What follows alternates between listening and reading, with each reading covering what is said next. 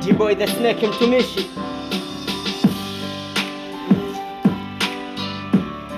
Siku nyingine tena ni mwendo wa challenge tena.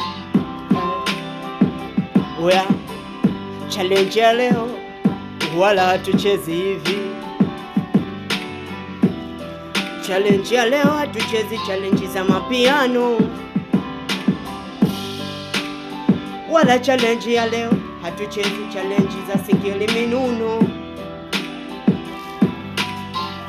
Challenge za leo ni challenge za maombi tu.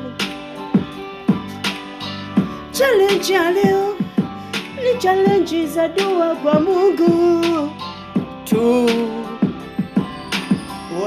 Challenge ya leo we challenge ya leo challenge za maombi tu, yani tu.